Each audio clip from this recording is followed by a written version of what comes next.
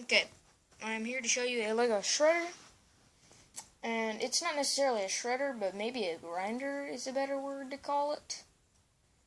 So it'll turn nice good old aluminum foil / tin foil from looking like this, nice and smooth and beautiful, to looking like this ugly thing.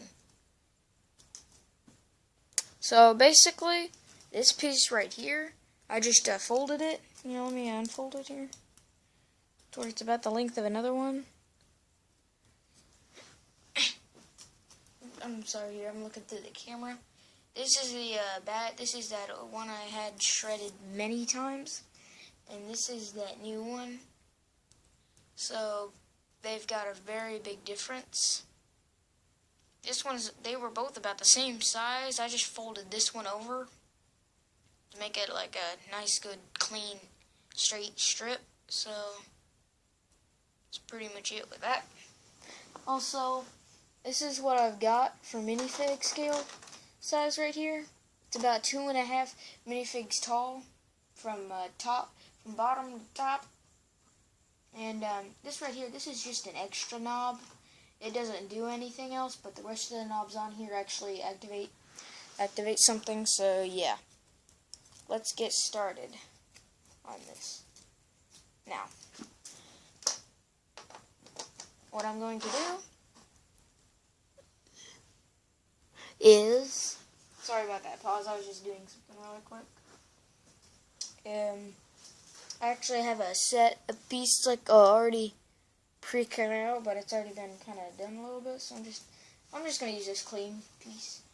You just feed it in, you try pulling on it, well, it'll just, this will just roll it back out, but if this was locked, it would not come out unless you were to rip that strip. Rhyme, lol. But I'm just going to run it back and forth, back and forth, back and forth. And now I'm going to put it in at like kind of an angle. And then to give it just a little bit better of a grinding. And then now trying to do it like that.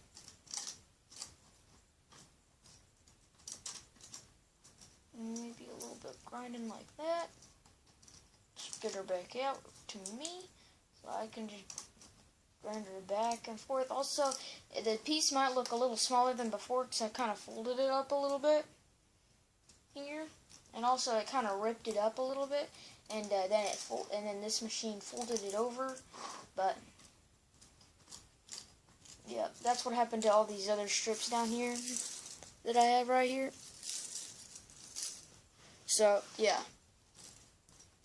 Also, guys, I might be thinking about buying a new camera for this. Right now, I'm just using my tablet. It's the easiest thing I can get to using only one device to just make and post videos, so yeah. So I'm not really the biggest on right here for video. I'm just here to do something. I really do wish my camera on here was a little bit better graphic, but hey, I gotta do what I gotta do. Now, also, I don't think I've mentioned this yet, but it has a conveyor belt. It might say so on the thing of the video, on the topic of the video, name of the video.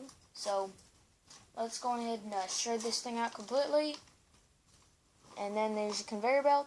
The knob that controls this conveyor belt, is right here.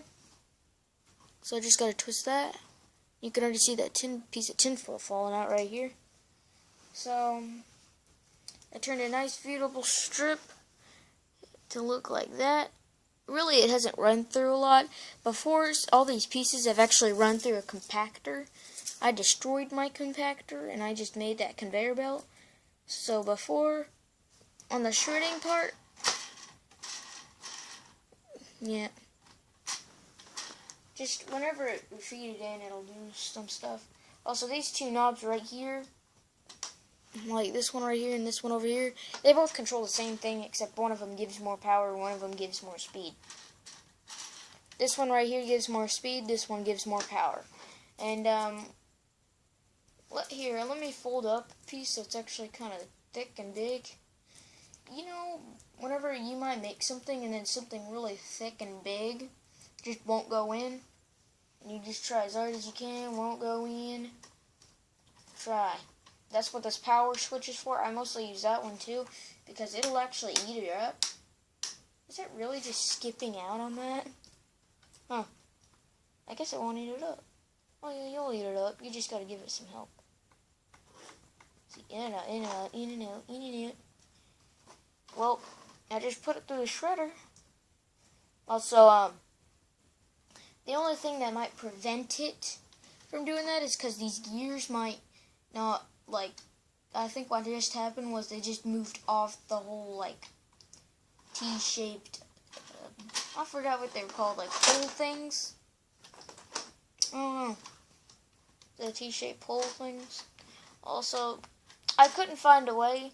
The previous way I was going to do it, it would actually have shredded the thing, but it would, like, lock up and it wouldn't work in a certain way, and I figured out that I was going to, well, my idea was having a big gear, small gear, big gear, small, wait, no, big gear, small gear, okay, big gear, small gear, big gear, small gear, big gear, small gear, big gear, small gear, to where, so it was like big gear, small gear, big gear, small gear, and then there's a big gear, small gear, big gear, and small gear. Ugh.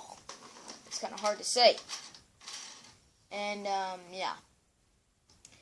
That's what I was going to do, but it would not turn unless you just forced it to. It would not turn. Well, I don't think it would turn without a very powerful motor, but let's go on to the next thing.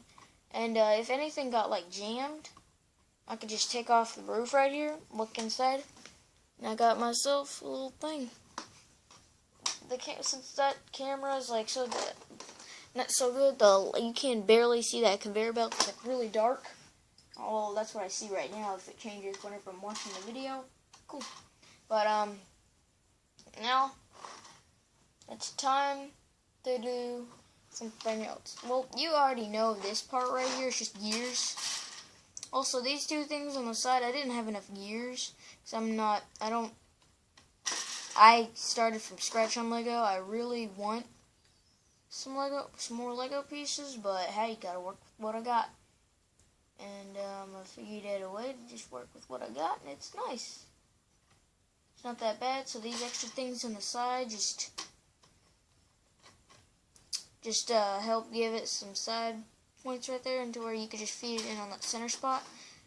And yeah, that's about it for that part. Now, let's move on to the inside. Sorry if I accidentally moved this, but I was trying to move something else besides for my camera. So let's firstly take off something right here. And now let's begin. So you see that gaping gap right there? You probably see my finger moving around in there. That gaping gap right there in between the Lego brick and the, I forgot the tread things. Well, what I did was, as you already know, tinfoil will just slide right through.